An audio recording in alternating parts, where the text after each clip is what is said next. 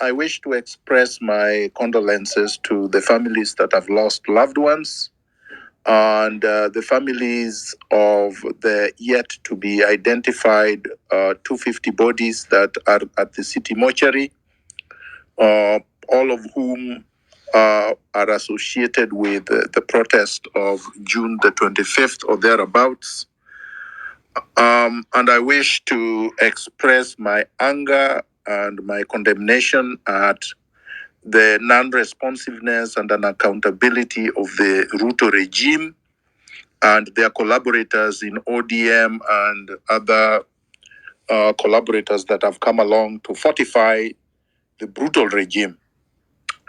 Having said that, there are a lot of statements and questions that have been raised that I would want to address. And Hillary, when you get a time, I can see NATO in the body of the team. Probably you could pull him up. The first thing, and I think this one is being glossed over consistently by Kenyans, and I want to nail it in all the time because I think it is important to ground the discussion on what the fundamental problem is. The fundamental problem is the state. The country Kenya was an arbitrary boundary and state carved out by the colonial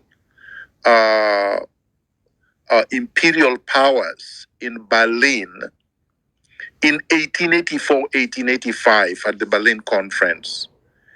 It was not organically created by Africans.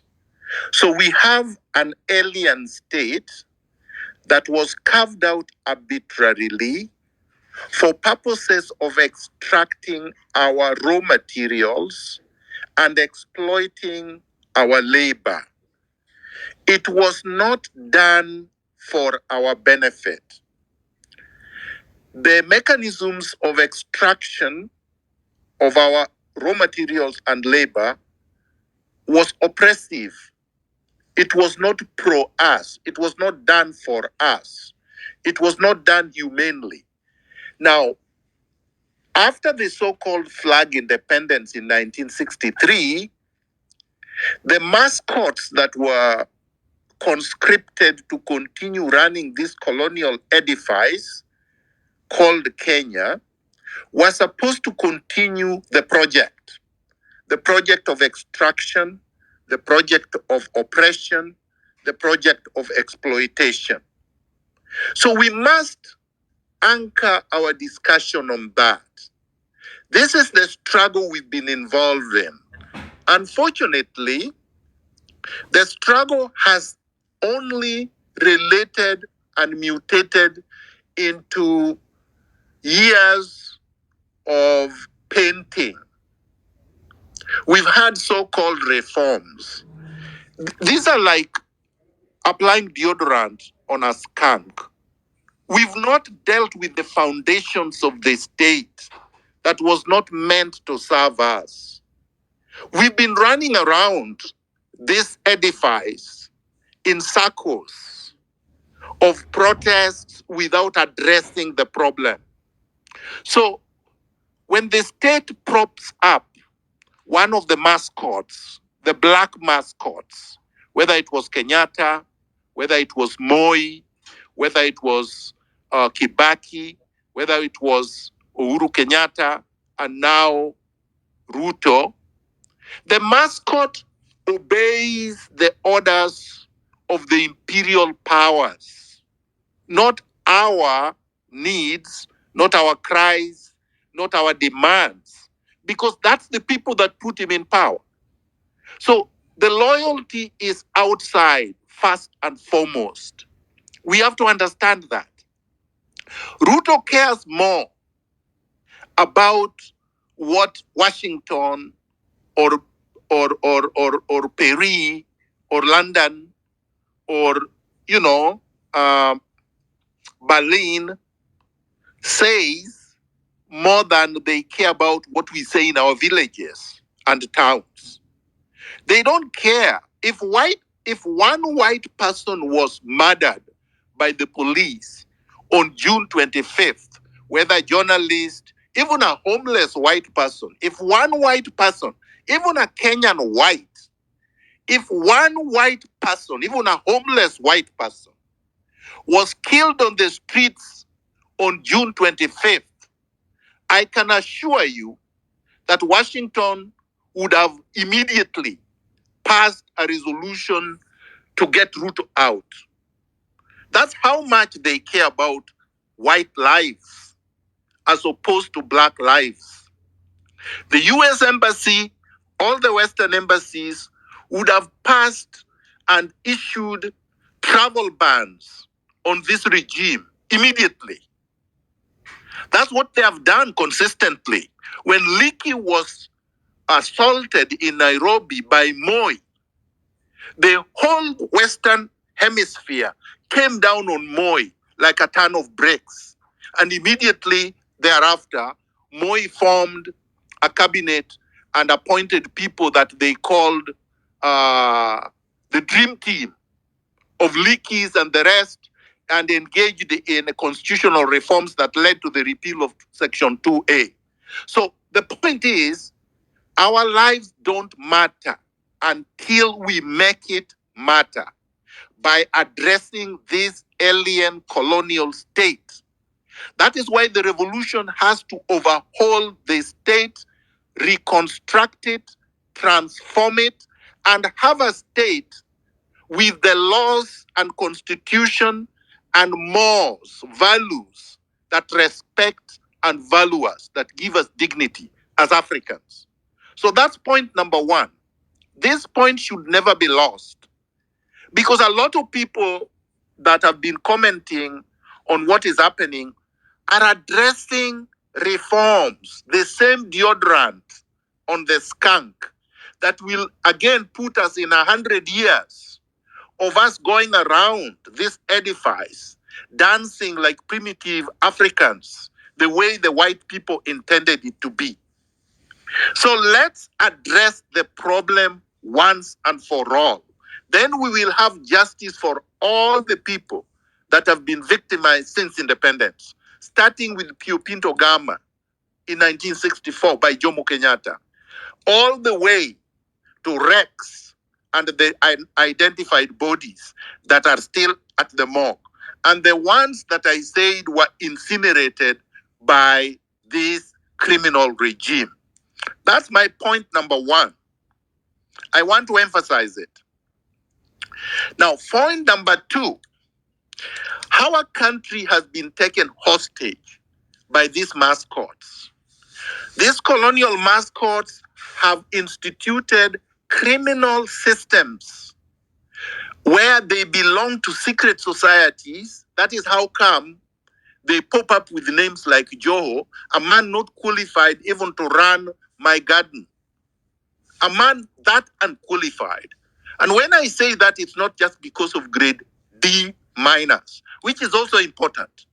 Because we can't have an education system that is based on competition, that is based on national exams, which are competitive, that are based on eulogizing those who get A's, then we employ the ones who have failed. You can't explain that to a child going to school. You can't explain that to the universities that are churning out graduates every day. You can't explain that to anyone who is interested in knowledge, in learning, in experience, in innovation. You can't explain that. This man, Joe Ho, does not just represent D minus. He represents a very critical, important point. He has no capacity to conceptualize public policy. Now, if you cannot conceptualize public policy, meaning you can't come up with ideas to address the critical, intractable problems of a country, then you can't deliver. You don't have the software with which to deliver good governance, development, prosperity, job creation, supply of services to the people or delivery of services to the people, so that we can see a lifestyle that is progressing from where we were a few years ago or decades ago to where the world is going, the information age.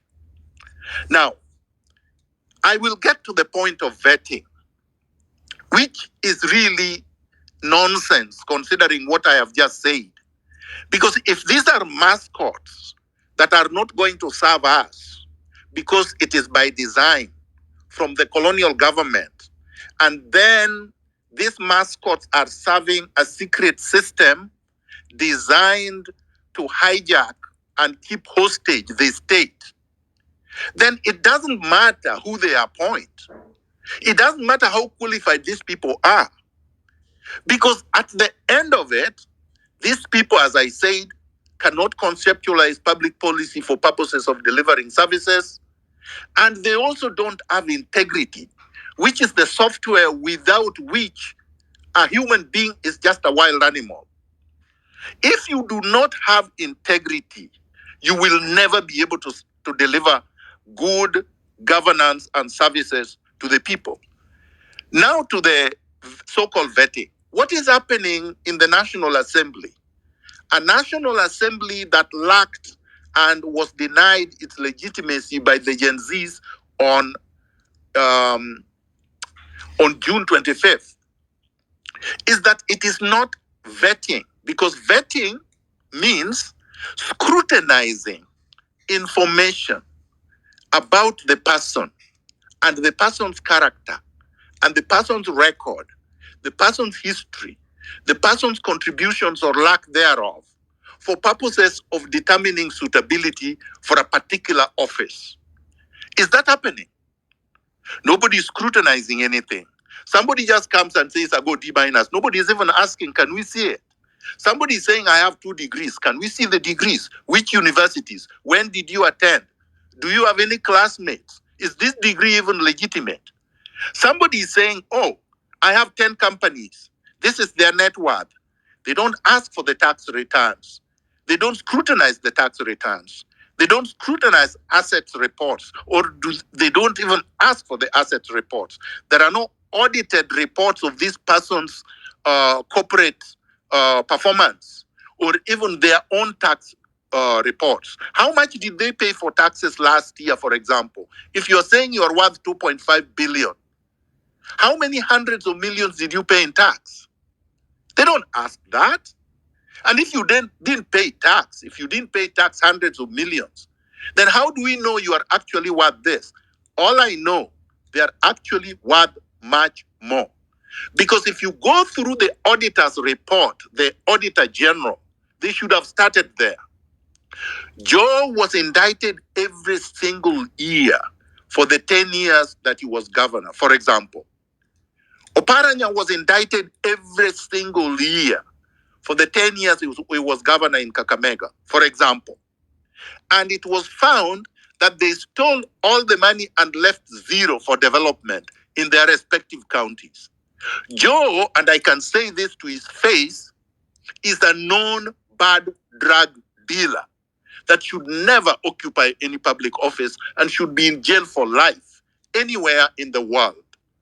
They don't ask these questions, which then leads me to the next issue. And I'm sorry, I am taking a little bit of time.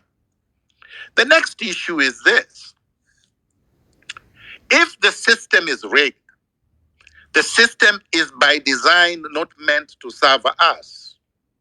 And we have seen how these people have come together quickly to undermine what the Gen Zs tried to do on June 25th and thereabouts and after that. Why do we keep talking? Because what we should have been doing is being on the street every single day until they fall. And they would fall very quickly. Because it has happened. It has happened throughout history. It happened in Burkina Faso more recently when Compaore was chased out of town. It happened in the Philippines recently. It happened in Sri Lanka very recently. It happened in Ukraine very recently. It has happened in all over the world. It happened in Zimbabwe Very recently, when Mugabe was chased out after being in power for over 30 years, it happened in Sudan. Let them not sell us fear that when it happens, oh, the military will take over, oh, this guy will take over. They are worse than the military, for all that I know. Any country that keeps 75% of its most brilliant, the youngest, the most educated, the most innovative and creative, the ones with most energy that can produce, unemployed, and are saying the only thing they can do is get a handful of driving or maids, gardening kind of jobs in Saudi Arabia, are criminals that should not be able to speak. I would have been very happy if we were chasing them around and chasing them away from churches and every place that they go, like we were doing around June 25th. Because if we did that and continued doing that, even without coming to Nairobi, if Ruto today was chased out of Narok or wherever place he went, if yesterday Sudi was chased around in town and everywhere he went, if all these politicians that are going for choreographed coronation in parliament called vetting were being chased around in town, even before Nani Nani, these people will pay attention and Ruto will go tomorrow. So I think we have to up our game. And we have to up our game by being angry. Because nobody is going to tell you that you're going to cause chaos when we have chaos already. 75% of people being unemployed, that's worse than chaos. That's criminal chaos. When they are telling you that, oh, these people are inciting you, yes, you need to be incited. You need to be agitated. Because honestly, what are we waiting for? They're telling you, oh, Miguna is not Gen Z, so you should not be speaking. I'm a citizen. I'm a human being. I'm seeing the injustice. It doesn't have to affect me the same way it affects the unemployed for me to be angry. I have Gen Z children. My children will have children. And regardless, a human being must be able to feel for the less able around him or her. That is what civilization is all about. So if I only care about myself and do not care about others because of my station in life, then I'm an animal. Then there is no difference between me and them. Then I should not be criticizing them. Then I should not be talking about injustice. Then I should not be saying I want social justice. Then I should not be saying, oh, I've been fighting throughout my life for what is good for the country. So the challenge is on us. We have to stop asking silly questions. Silly questions about, oh, are you going to be there? Blah, blah, as if you are taking some kind of roll call for who is showing up. We don't care. We want everybody to show up. We are not taking roll call. It is a responsibility we have. And we have to remember that inspiration for good things happen regardless of time, regardless of place, regardless of location. After all, many of you consider yourselves Christian. Have you met Jesus Christ? Were you with him? But you are inspired because of what you've read about what his life looked like. And you know that he fought for something he never enjoyed because at the end of the day, he was hanged. Just the same way I think if they met me today, they would want to hang me. I don't care. I don't vibe fear. They have done worse to me that they would ever do to a lot of you guys. But I've not stopped. Because the easiest thing to do is what Joe, Oparanya, and the rest are doing. Go, kneel down, bow, be loyal, don't say anything, and just focus on looting. You will be a good boy and a girl. All they require, the level of intelligence these people require for you to become a billionaire, is just to stop complaining and be a loyal boy and girl. And they will give you billions. And as long as you don't care about what is happening to your fellow citizens, you will continue to be rich and you'll be a member of the club. Now, that is what they call intelligence. I call that barbarism. I call that primitivity. I call that a system that we must change now. not tomorrow. So I will come back, but probably before I do, I want to give you some figures because we have to ground this debate on concrete evidence. Let's compare Kenya to Namibia. Namibia is a semi or completely arid African state in Southern Africa. Namibia got its independence from brutal German, Dutch, and South African colonialism in 1990. 1990. By that time, Kenya had been independent for a very long time. Kenya got her flag independence in 1963. Namibia is only 2.567 million people. Kenya, by today, is about 56 million people. But notwithstanding the long history of armed struggle, notwithstanding the fact that Namibia is completely arid, notwithstanding the fact that Namibia only got her independence in 1990, the GDP per capita income of Namibia now in 2024, August, is $5,003 USD. $5,003 USD per month. No, per capita. What is the per capita GDP per capita income in Kenya? 4,975. Which means Namibia, a completely arid country that just got independence the other day, has more GDP per capita than Kenya. In Namibia, the healthcare system is provided universally to everyone. 83% of Namibians are catered for 100% by the government, and only 17% private. In Kenya, there is no universal healthcare. In Namibia today, the public debt is only 153,825 Namibian dollars, which is less than that in US dollars. In Kenya, the public debt is 31.19 billion US and about 4 trillion Kenya shillings. That's even an understatement. The corruption index in Namibia, as of today, according to Transparency International, Namibia is number 59 out of 180. Kenya, this year, is number 126 out of 180, which means that there is corruption in Namibia. But Namibia is much better than Kenya, more than 100%. Now, so these are the figures, which means that all you need, nobody needs, I was not going to give you the examples of the US or Canada or Norway or Sweden or Switzerland or France or the UK, because you will tell me those are not African countries. And I was not going to give you the example of Somalia, because we'll say there is civil war in Somalia.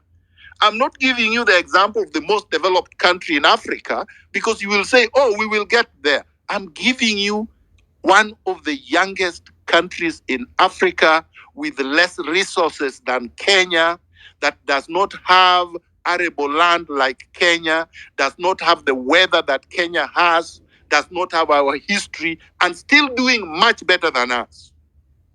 This is the challenge. This is the challenge we must confront for Nani Nani.